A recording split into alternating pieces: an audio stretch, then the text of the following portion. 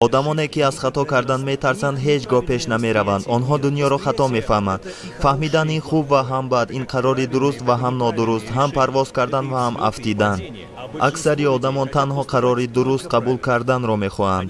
онҳо хато карданро намехоҳанд, ҳамеша ба чизе бовар карданро мехоҳанд. ва сабабе ки одамони камбағал ҳамеша камбағал мемонанд, дар ҳамин аст ки онҳо ҳеҷ гоҳ хато намекунанд. онҳо хеле эҳтиёткорона зиндагӣ мекунанд. онҳо барои хато накардан кӯшиш мекунанд. сабабаш онҳоро дар мактаб чунин омӯхтаанд. ин далолати он аст ки дар мактаб ҳеҷ чизро намеомӯзанд. тарзи таълими мактаби мо кор намекунад. ҷавони оддӣ чунин фикр мекунад: о ман алохона, ман аз уҳдаи ин ба осонӣ мебароям. аммо вақте ки ӯ ба ҳаёти мустақилона қадам мегузорад, зиндагӣ пешбояш медиҳад ва ӯ мегӯяд: ин аз адолат нест. аммо медонед, ӯ барои ин тайёр набуд, ба ӯ хато ёд додаанд.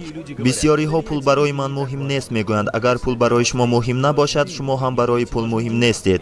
гуфтаниам ки агар шумо ба пул кордор нестед, пул низ ба шумо